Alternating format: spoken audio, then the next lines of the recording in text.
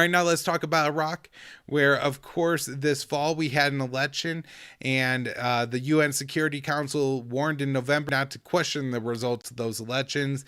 And I always hate when this happens. Everybody should question the results of every elections, is my opinion. Don't let the government get away with anything. Nothing is so sacred that they won't tamper with it and lie to you about it.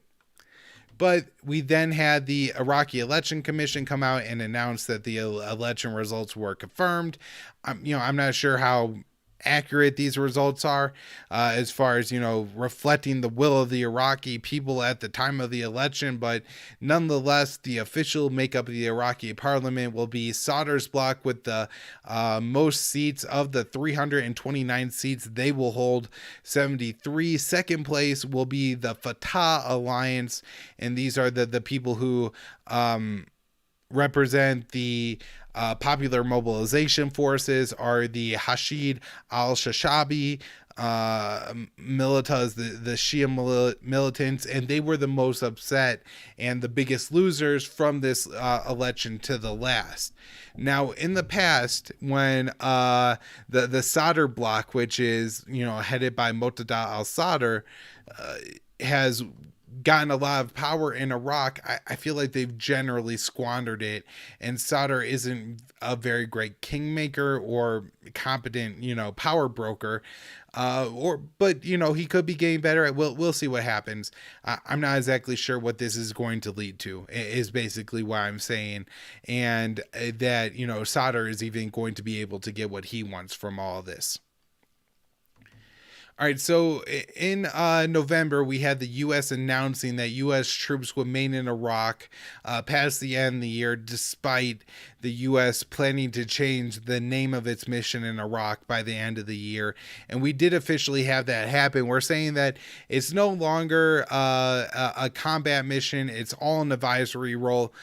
I think nothing really changes. Maybe the U.S. troops go on a few less missions with the Iraqis or something like that, but my guess is that it's all going to be more circumstantial than it has anything to do with if they're officially there on a training or a combat mission or whatever else they want to label it.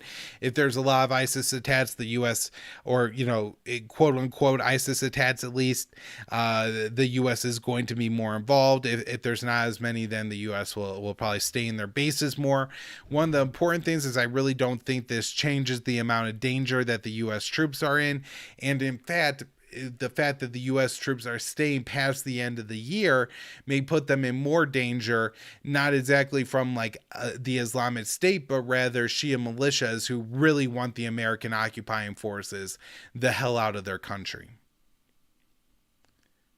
There has been an uptick in ISIS attacks, or at least claims of ISIS attacks in the past few weeks, and even reports that ISIS was able to seize a couple villages, briefly hold them before they were taken back by a combination of attacks of Kurdish forces and from the Baghdad government in Iraq. We also had ISIS carrying out an attack in Kurdistan, killing 13, and then ISIS was blamed for but did not claim responsibility for an attack in Basra where they planted a bomb on a motorcycle and killed 4 people. Overall, I'm not exactly sure if this maybe was a ploy or is a ploy by some actors in Iraq to try to keep American forces there for a longer period of time.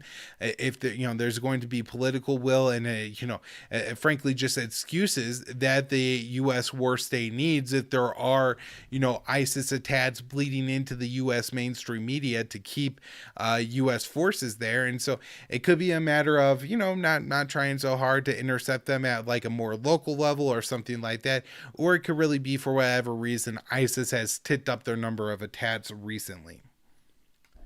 The assassination attempt of the Iraqi president, what was this? I think at the end of October. It doesn't seem like they're going to actually at least publicly announce who did that. It turns out that they have made some arrests, but there's no information on who they arrested or why. And then another major problem is that one of the bombs that was dropped on the house by the drone didn't explode, and they were going to check it for fingerprints, but the bomb squad team came in and blew the whole thing up. Could be an act of corruption, could be an act of incompetence. I'm not sure. One important thing to remember about Iraq is that even if the U.S. was able to resolve the conflicts that is created between the Sunnis and the Shia and take care of ISIS and figure out some, solution for Iraqi Kurdistan and all that, fantastic. But then you still have the problem that there's members of, or at least Turkey claims there's members of the Kurdistan Workers' Party, the PKK, that Turkey labels as a terrorist group in northern Iraq, and Turkish troops are running around northern Iraq and waging an air war in northern Iraq. And this week it claimed the lives of 9 people. Turkey says 3 of those were its soldiers, and then 6 of it were Kurdish soldiers that were killed in an airstrike in response.